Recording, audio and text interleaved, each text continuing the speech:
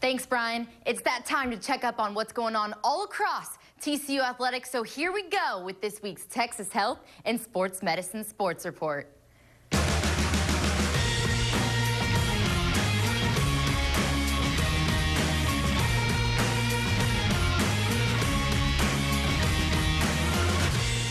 Starting off, women's soccer received a bid to the NCAA tournament for the third straight season.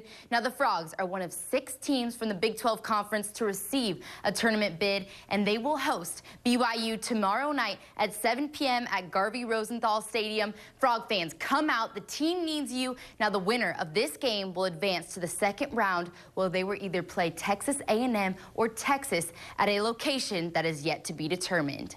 And moving on to women's volleyball, who's coming off of a huge win over Iowa State this past weekend. The Frogs tallied a team-high 10 service aces in their 3-1 win over the Cyclones. And head coach Jill Kramer was proud of the way the team started and happy with the overall win. Now the Frogs are back in action tomorrow as they travel to Norman and take on the Oklahoma Sooners.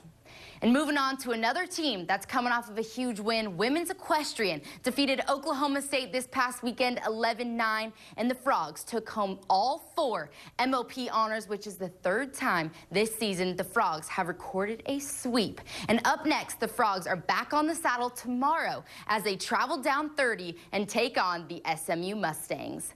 And finally, it's hoop season, and to kick off this season, the Sundance Shoot-Around happened last week in downtown Fort Worth, and our social media series of the 817 took you behind the scenes of the event, so we figured, why not give you a look at that series?